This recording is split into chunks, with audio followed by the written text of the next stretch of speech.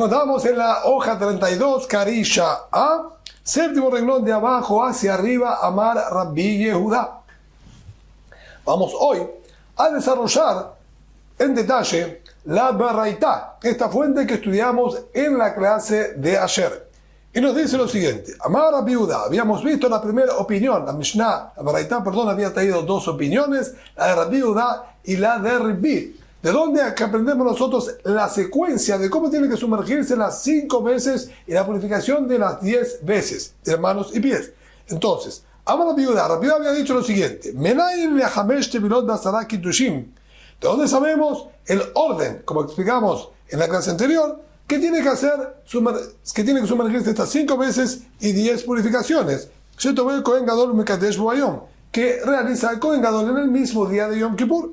Talmud Omar nos contestó a esto Rabbi Yehudá y dijo, está escrito en el pasuk, el moed de la Hazet Besalom Amayim Bemakom Kadosh. Dijo Rabbi Yehudá, el pasuk dijo que va a venir el Kohen Gadol al Ejal, adentro del Bet HaMikdash, y va a purificarse. A la Malta, de aquí aprendió que todo el que cambia de un servicio, el servicio exterior al servicio interior, tiene que sumergirse en la migbe para purificarse por este cambio de servicio y de vestimenta. Muy bien, dice la Gemara, excelente, no tengo ningún problema con esa prueba del pasuk de donde aprendió Rabbi Yehudá. Pero aquí el pasuk aparentemente me está hablando el pasuk está hablando claramente que él está vestido con las ropas de lino blanco, y cuando termina de realizar, que en este caso era puntualmente retirar la pala y el cucharón que estaban en el Kodesh HaKodashim, debe sumergirse en la migbe para vestirse las ropas de oro. Entonces, el concepto que yo puedo aprender es sí, que cuando cambia de las ropas de lino a las ropas de oro, se le exige sumergirse para purificarse. Esto es lo que nos dice Ashkehan. Encontramos ese concepto de Lavan, de Zahab, cuando cambia de las ropas de lino blanco a las ropas de oro. Pero a la inversa, cuando él tiene que cambiar de las ropas de oro y vestirse las ropas de lino, que él dijo que también allí se necesita purificarse. Tal de Rabbi Ishmael. Así enseñaron en la yeshiva de Rabbi Ishmael. Kalva Homer, no necesito pasuk, lógica. Usemos nuestro razonamiento, dijeron allí. Ma bigdei zahav, shen kohen nichnas bahen lifnai benifnim, taun tevilá. Sí, las ropas de oro, que no se puede ingresar con ellas al Kodesh HaKodashim, prohibido que ingrese el Kohen Gadol con las ropas de oro que viste usualmente. E igualmente, a pesar de eso, Taun Tevilá, para cambiar de las ropas de lino a ropas de oro, que de acuerdo a esto son de un nivel inferior, estas 8 ropas que viste el Kohen Gadol diariamente son de menor nivel. La prueba está que no puede ingresar con esas al Kodesh HaKodashim. E igualmente, cuando cambiamos de una ropa de mayor nivel y santidad, como las de lino, para las de oro, se exige purificarse.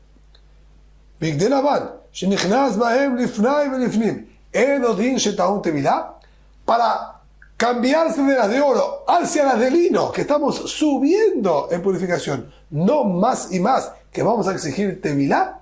Entonces dice el yeshiva de Rabbi Ishmael, es perfectamente lógico. El pasuk nos dijo de las ropas kedoshot, más santas, de lino, igualmente cuando se las quita debe purificarse para vestirlas de menor nivel, más y más cuando cambia de las de oro a las de lino. Entonces no necesito ningún pasuk, lógica. Y Kale Mifraj. Pero hay, sin embargo, dice la Gemara, lo que objetar y refutar a este análisis. Si bien es verdad que quizás no tienen un nivel de elevación y santidad tan alto las 8 ropas del Kohen Gadol, y no pueden dar Kodesh HaKodashim, pero tienen por otro lado un nivel superior en lo que respecta a su función.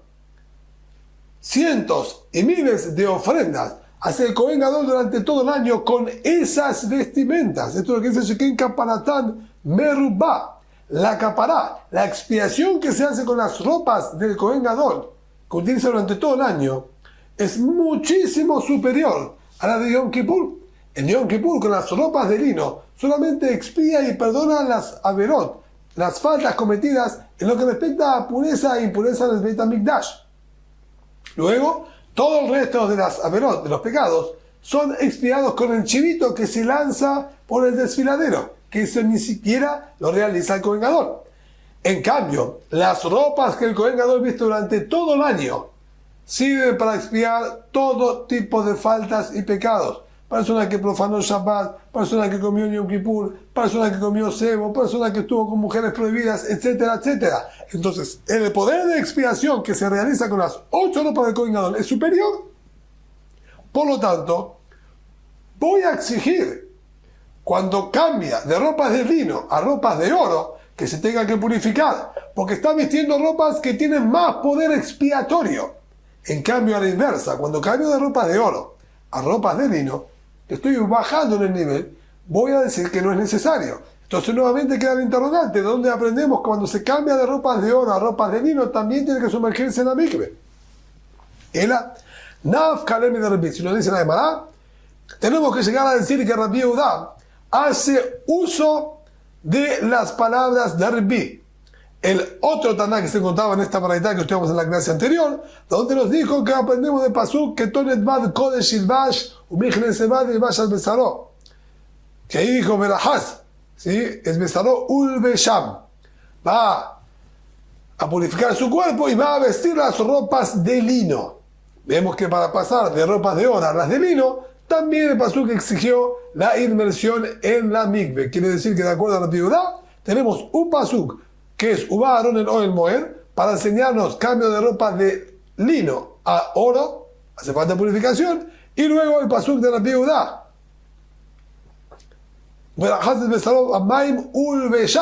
que nos enseña cuando cambiamos de ropa de oro a las de lino, que también tiene que sumergirse en la mikve. Esta sería entonces la fuente completa de donde aprendió Rabbi Yehuda que en estos cambios de lana a lino, ¿sí? O de oro a lino y de lino a oro, tienen que ser ahí las inmersiones. Ahora, pasemos a la opinión de Rabbi, la segunda opinión que estaba en la verdad que estudiamos en la clase de ayer. Amar Rabbi, ¿de dónde aprendíamos en orden, como dijimos, de estas 10 purificaciones y 5 inmersiones? Tamudamar que todo es mal Kodesh Ilbash. El atajo del Pasuk que dijo que se va a vestir todas las ropas de lino y que debe sumergirse para vestirlas. La Marta, entonces de aquí aprendió, dijo Rabbi, que por el cambio de servicio y vestimentas tiene que sumergirse en la mikve. Y aquí la Gemara pregunta lo mismo, pero desde la posición que aprendió Rabbi. Ashkehan bebigdei zahav lebigdei lavan. Aprendimos de acuerdo a Rabbi que debe sumergirse cuando cambia de ropas de oro a ropas de lino. Pero cuando cambia de ropas de lino a las de oro, ¿dónde está insinuado que tiene que sumergirse en la mikve? Y aquí nuevamente la Gemara trae el análisis que plantearon en la Yeshiva de Rabbi Ishmael. Análisis opuesto al anterior. Y nos dicen, Calva Homer. Tengo para decir una lógica muy grande. Sí, para vestir las ropas de lino. El Pasuk me está exigiendo la inmersión, a pesar de que las ropas de lino no tienen un poder de expiación tan grande y amplio. Cuando va a cambiar de las de lino a las ropas de oro, que tienen un poder de expiación muchísimo más amplio y supremo, no más y más que necesitamos inmersión antes de vestirlas. Nuevamente, Ikar el Mifrach, tenemos nuevamente también lo que marcar como diferencia importante, que quizás es a la inversa, quizás las ropas de lino, si bien no tienen un poder de expiación muy alto, pero tienen un nivel de santidad mayor, que se puede ingresar solamente con ellas al Kodesh HaKodashim, y por eso se exige la inmersión. En cambio, ¿sí?, las ropas de oro no tienen ese nivel, y para pasar de lino a oro no se va a exigir la inmersión. Entonces, Nuevamente queda pendiente de acuerdo a Rebbi, ¿de dónde aprendemos para cambiar de lino a oro que se necesita la inmersión? Contesta, ay no de Kataneve o Melvik de Jodeshem. Por eso, Rebbi agregó un pasuk más. Si pueden observarlo en la página anterior, donde en la fuente original él agregó este segundo pasuk que dijo Bigde Kodesh Hem, son ropas que tienen santidad. Y dijimos, ¿para qué está este agregado? ¿No? Vino a enseñarnos que el motivo es porque son ropas con santidad. Y tanto las ropas de lino como las ropas de oro, ambas tienen santidad. Y la Torá nos está diciendo que el justificativo de la inmersión es porque se va a vestir ropas con santidad. Por lo tanto es indistinto de lana a las de oro o de oro a las de lino. De aquí aprende entonces Rebbi que tanto de una hacia la otra, por cambio de ropas y servicios, se tiene que hacer inmersión. Hasta aquí tenemos perfectamente comprendido entonces Rabbi Yehuda y Rebbi cómo cada uno aprendió de ambos cambios de ropa que se necesitan en inmersión. Continuamos analizando ahora la Beraitá, esta misma que estudiamos ayer, y dijo, Hamesh Abodotem, son 5 servicios. Entonces, ¿qué hace el Kohen Gadol en Yom Kippur? También se Shahar de Zahab, la ofrenda diaria de la mañana con las ropas de oro como se lo hace habitualmente, si lo haría el Kohen Gadol. Abodat Yom, el servicio central de Yom Kippur, de todos los chivitos y incienso con la ropa de lino. El Obenaham de Zahab, nuevamente cambiaba las ropas de oro para hacer su carnero y el carnero del público. El cucharón con el incienso y la pala con las brasas ya apagadas para retirarlas del Kodesh HaKodeshim nuevamente con las ropas de lino. Y también se ven de Zahab y la ofrenda vespertina con las ropas de oro nuevamente. Bet Kiddushin, y continúa para estar diciendo muy bien, estos son los 5 servicios, perfecto, son 5 inmersiones. ¿De dónde aprendimos? Que por cada inmersión tiene que haber 2 purificaciones de manos y pies. Así concluyó la baraitá que estudiamos ayer. El pasuk dice, se desvestirá, se lavará y se vestirá. Entonces, así aprendió la baraitá y no especificó más. Dijimos ayer que hoy, en esta clase, íbamos a explicarlo y lo íbamos a desarrollar. Y es aquí el momento de desarrollar esto que quedó pendiente en la clase de ayer. Hay bit vilaketiv. ¿Cómo es que estar aprendiendo en absoluto el tema de la purificación de manos y pies cuando el pasuk se está refiriendo a la inmersión en la mikve? El pasuk allí nos menciona que debe lavar su cuerpo para vestirse las ropas, como estuvimos mencionándolo hasta este momento. ¿Cómo llegamos a la purificación de manos? Si no se refiere aquí específicamente a las vestimentas, a la inmersión en la mikve para vestirse, que eso ya lo aprendimos, como mencionó antes Rebbi, de las palabras que estaban de más Bigde Kodeshem, son ropas con santidad. El motivo de la inmersión es porque se va a vestir ropa con santidad, y por eso indistintamente de oro a lino o de lino a oro tiene que sumergirse. Entonces el concepto de inmersión por cambio de ropa ya lo tenemos aprendido de lo que dijo el pasuk anteriormente. Que todo le va al Kodesh Tilvash, se va, Berahat Besalo Ulbesham, Bigde Kodeshem, perdón, Bigde Kodeshem, Berahat Besalo Ulbesham. Ya nos dijo, con eso es suficiente. Tiene que purificarse en la mikve porque son ropas con santidad. Punto. ¿Para qué ahora el pasuk nos vuelve a repetir? En Ufashat de Bigde Abbas, en Abash Bebola Kodesh, va a desvestirse las ropas de lino. ¿Para qué? Ya nos mencionaste que tenemos que purificarnos. ¿Sí, no?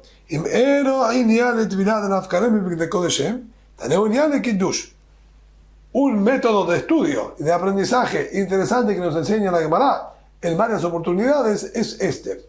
Si el concepto que está escrito literalmente en el pasuk ya es innecesario, porque lo tenemos aprendido y estudiado desde otro pasuk, desde otro ángulo, entonces tiene que venir para algo similar. si no viene a enseñarnos que tiene que sumergirse en la mikve por el cambio de ropas, a la fuerza decimos que viene a enseñarnos que tiene que lavar manos y pies, purificar manos y pies ante el cambio de ropas. Y de allí aprendemos entonces que hay purificación de manos y pies, ufayat, verajaz, velavash. 2, al de vestirse y antes de vestirse. Pregunta la Gemara, Belichtebe, la Gemara Brashon Kiddush, ¿y por qué Boreolam no lo escribió con su lenguaje original?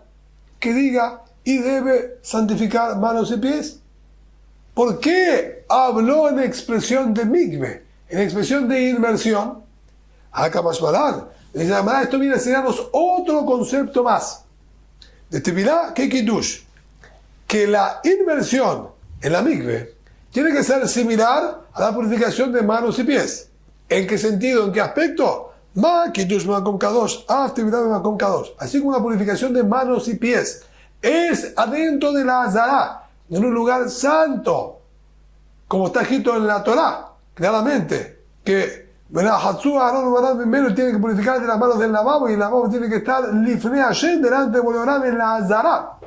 También la purificación y la inmersión de la mikve en Yom Kippur tiene que realizarla adentro de la Azara. Y esto es lo que estudiamos clases atrás, que fuera de la primera inmersión que él la realiza antes de entrar a la Azara, todas las demás inmersiones, las otras 4 inmersiones que hacían el Kohen Gadol y Yom Kippur, tenían que ser Bemakom Kadosh, en un lugar santo, que dijimos al Gabbe, ¿sí? La Lishka, sobre el techo, ¿sí? Dijimos de aquella habitación, de Lishkat, ¿sí? de Lishkat Parvá, sobre el techo de la habitación de la Parvá, que tenía Kedushá. ¿Por qué? Porque lo aprendemos de aquí, que tiene que ser similar a la purificación de manos y pies en lugar Kadosh. Muy bien, entonces Rebbi nos terminó de cerrar todo el funcionamiento por cambio de vestimentas del lino a oro o de oro a lino.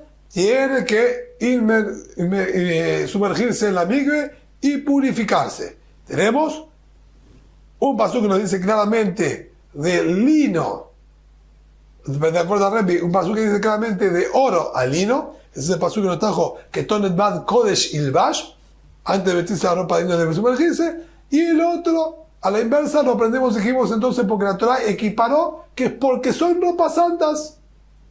Cada vez que vas a vestir las ropas santas, tienes que sumergirse en la mikve.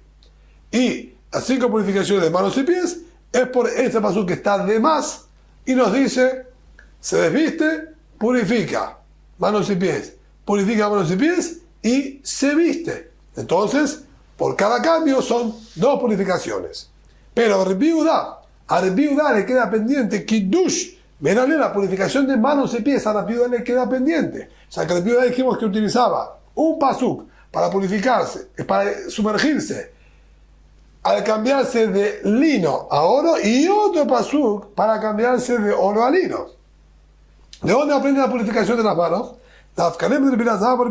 Él lo aprende por Sebará, como estudiamos en la clase anterior que dijo el Bilazar, que si aquella persona que cuando viene en la mañana de manera pura puede entrar al Bet HaMikdash sin purificarse en la mikve, sin embargo le exigimos la purificación de manos y pies para la boda, cuanto más y más que aquí la Torah exigió la inmersión en la mikve por cada cambio de ropa, que vamos a exigir la purificación de manos y pies.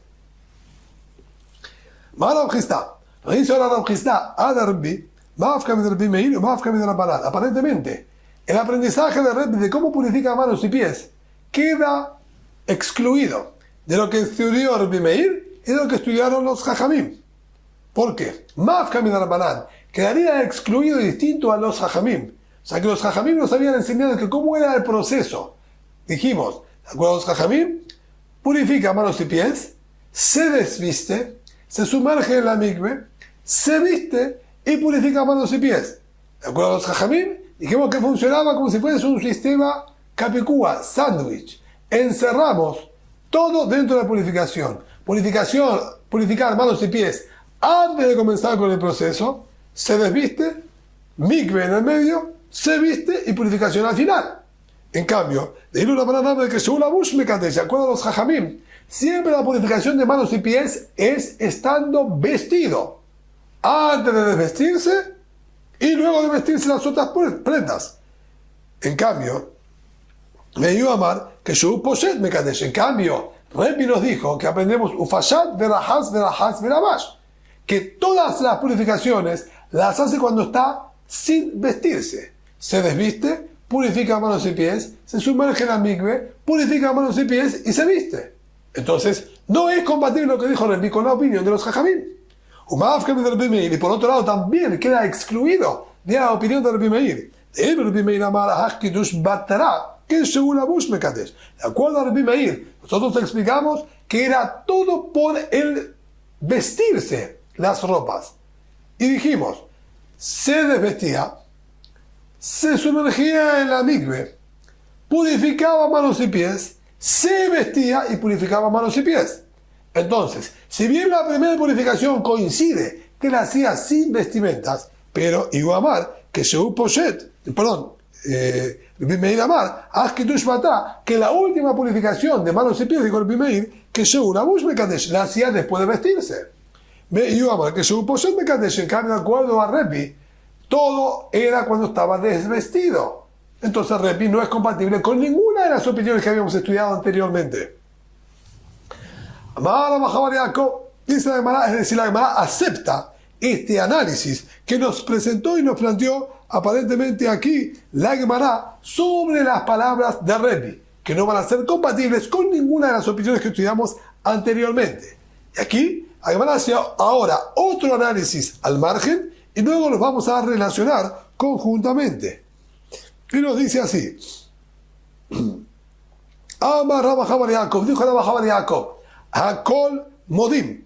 Todos están de acuerdo de Kiddush Sheni, que la segunda purificación de manos y pies, Shelobesh Be'achar Kach Mekadesh, que debe primero vestirse y luego, una vez que ya está todo vestido, ahí purifica manos y pies. Y nadie discute con esto. Incluso Rebbi está de acuerdo con este concepto.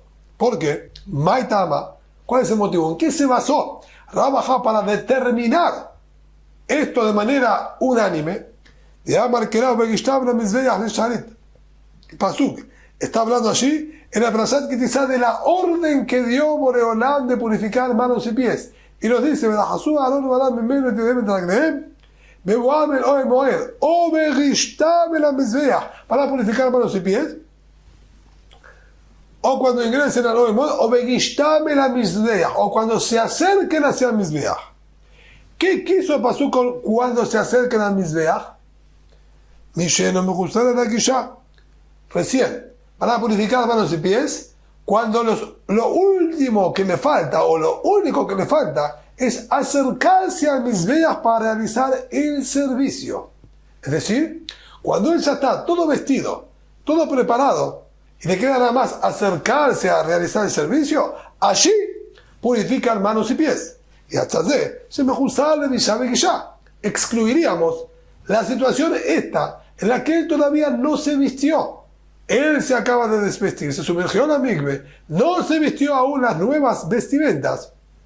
Decir que allí purifica manos y pies, se viste y luego está libre para realizar el servicio, habiendo interrupción entre purificación de manos y piernas y el servicio con el vestirse las ropas, ya que él se purificó antes de acuerdo a Rebbi, y luego se viste y después va a realizar el servicio.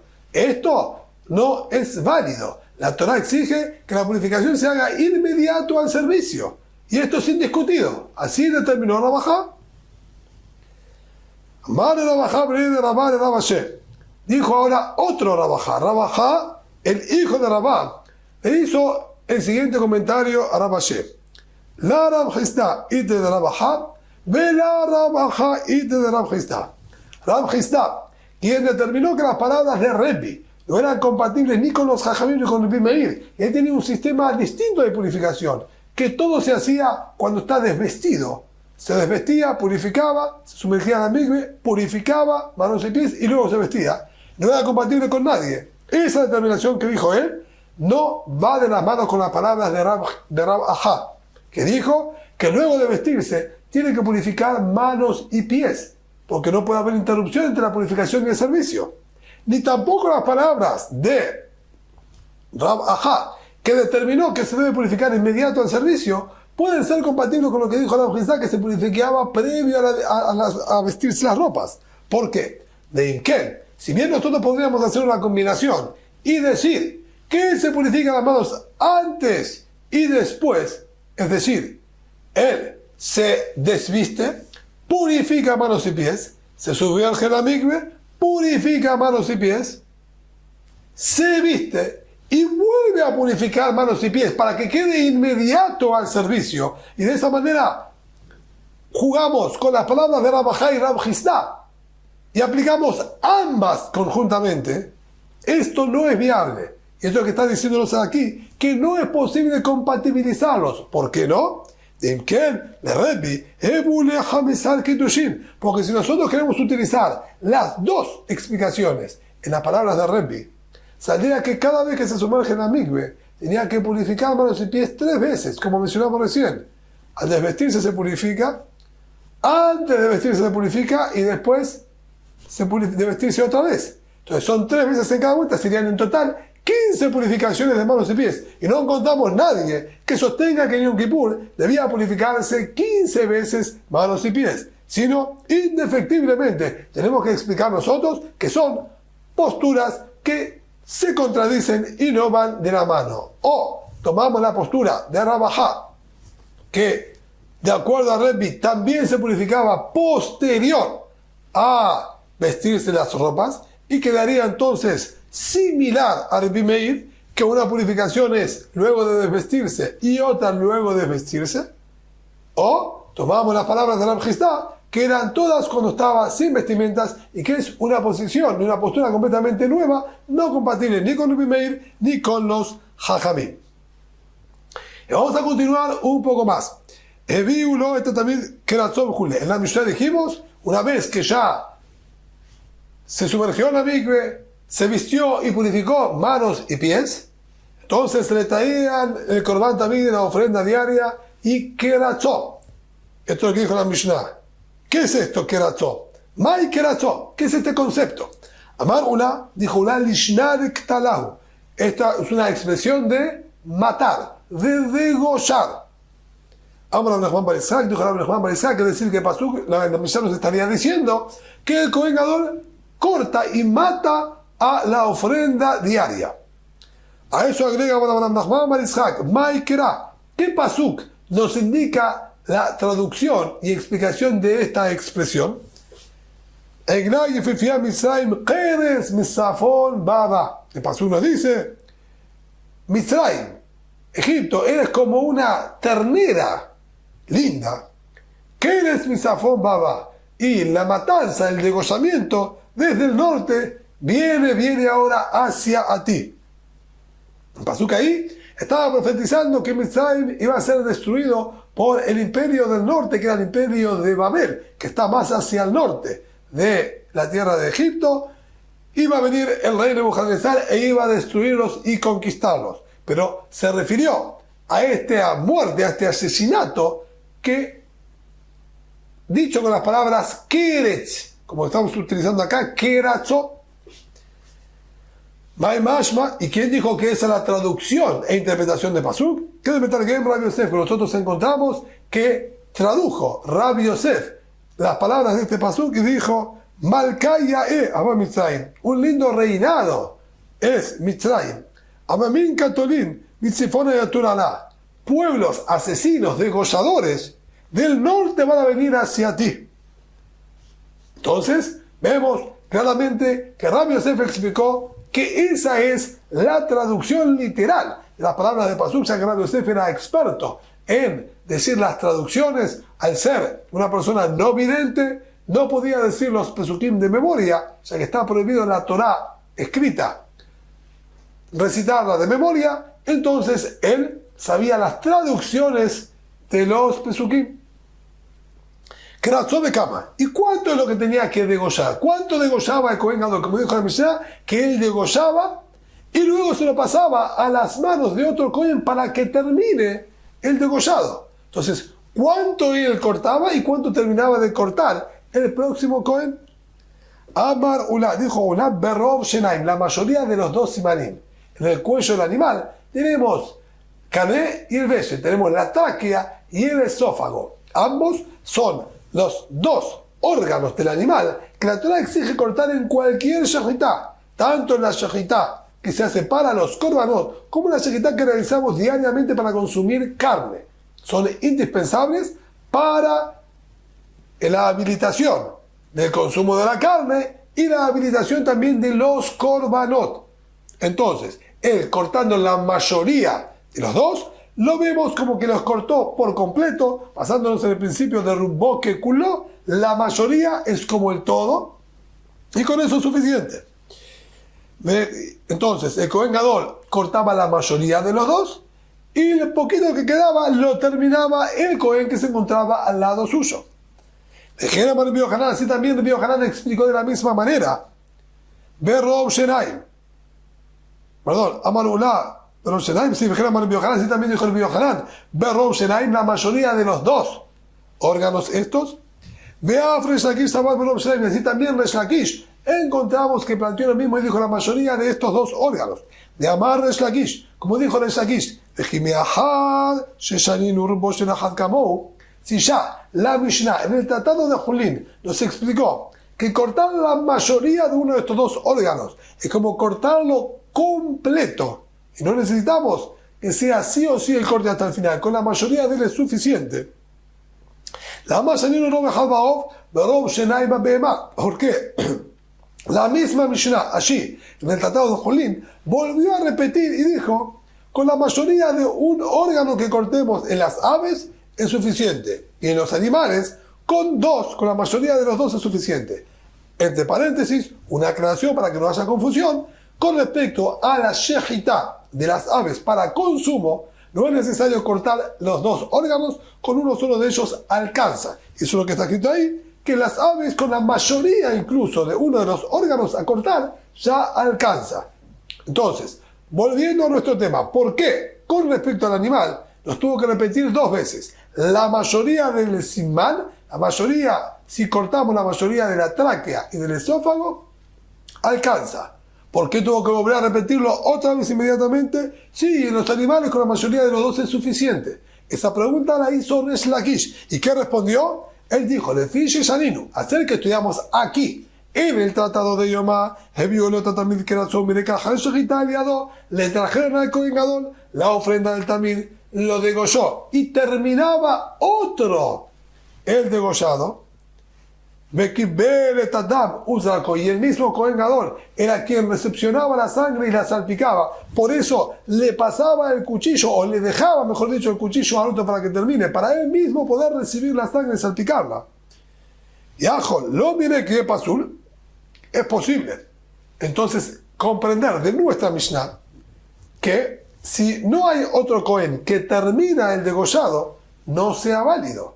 O sea que aquí nos dijo, el Kohen Gadol degolla y otro termina. Entonces, y luego, con la sangre que recibió el Kohen Gadol, la salpica. Pero se puede interpretar que si no hubo otro que terminó de degollar, no es válido lo que se realizó aquí. ¿Y qué? La Gemara interrumpe la pregunta. ¿Cómo puedes pensar que si no terminó otro Kohen de cortar, no sea válido? Si fuese así, que no es válido, quiere decir que es indispensable que este otro Kohen termine de cortar para validar todo el servicio. Si fuese así, entonces, quiere decir que parte del servicio de Yom Kippur lo realiza un Kohen ajeno, que no es el Kohen Gadol. Betania. Y estudiamos, si debemos corregir como está aquí, Betania. Con la bodot de Yom Kippur en Keshanot, en la Bo. Todos los servicios de Yom Kippur solamente son óptimos y válidos si los hace el Kohen Gadol. Y aquí estaría participando otro Kohen y que su participación es indispensable. Y no existe. No puede ser indispensable. Solo el Kohen Gadol es indispensable para los servicios de Yom Kippur. A la fuerza que por más que no se realizó este corte, no se terminó el corte, es válido igual. Entonces, ¿para qué necesitamos aclararlo? Si no, Ajikama, y Ajo pasó Medrabanan, tú tienes razón, dice Ademara. No hay manera de pensar que si no se terminó el corte por el otro Cohen, que complementa lo del Cohen Gadol, que no sea válido. Seguro que de la Torah es válido, no hay duda. Porque solo lo puede realizar el Cohen Gadol. Si esto no lo hace el Cohen Gadol, quiere decir que no es indispensable. Se puede prescindir de él. Sin embargo, hay lugar a pensar que una vez que los Jajamim nos exigieron que el Cohen ayude y termine el corte, quizás Jajamim dijeron que si no lo hacen, por decreto de los Jajamim, no sea válido. O sea que nosotros necesitamos aquí recepcionar toda la sangre. Y si no se termina de cortar como corresponde, es difícil que salga toda la sangre y que se la pueda recibir como corresponde. Entonces puede ser que los Jajamim decretaron que si el otro Cohen no termina el corte, que no sea válido. Por eso, la Mishnah allí en el Tratado de Julín volvió a repetir, con la mayoría es suficiente. ¿Por qué volvió a repetirnos? Para enseñarnos, tanto en los animales que uno está degollando para consumo, que allí no necesitamos la sangre en absoluto, alcanza con la mayoría de los dos. Y vuelvo a repetir, y los animales alcanza con la mayoría de los dos. Incluso, por eso repitió, incluso en animales de Korbanot, que necesitamos la sangre, de todas maneras, con la mayoría de los dos, es suficiente. Y no se queda arruinado, no se hace pasul la ofrenda, si no terminaron de cortar los dos simarín. Por eso, aquí, en Kippur, si el otro Cohen no terminó el corte, igualmente va a ser válido. Entonces vemos que también Reish Lakish sostiene que el Cohen Gadol cortaba la mayoría de estos dos órganos. Y con esto terminamos. Entonces, no hay ningún inconveniente ni por imposición de los Jajamim de terminar el corte. Y todos coinciden de que es válido con la mayoría de los dos. Lama li lemarek. Entonces, ¿para qué terminaba el otro Cohen de cortar? Mitzvah lemarek. Eso solamente porque es una mitzvah, para que quede más abierto y salga toda la sangre con más facilidad. Pero de no hacerlo, como dijimos, es válido.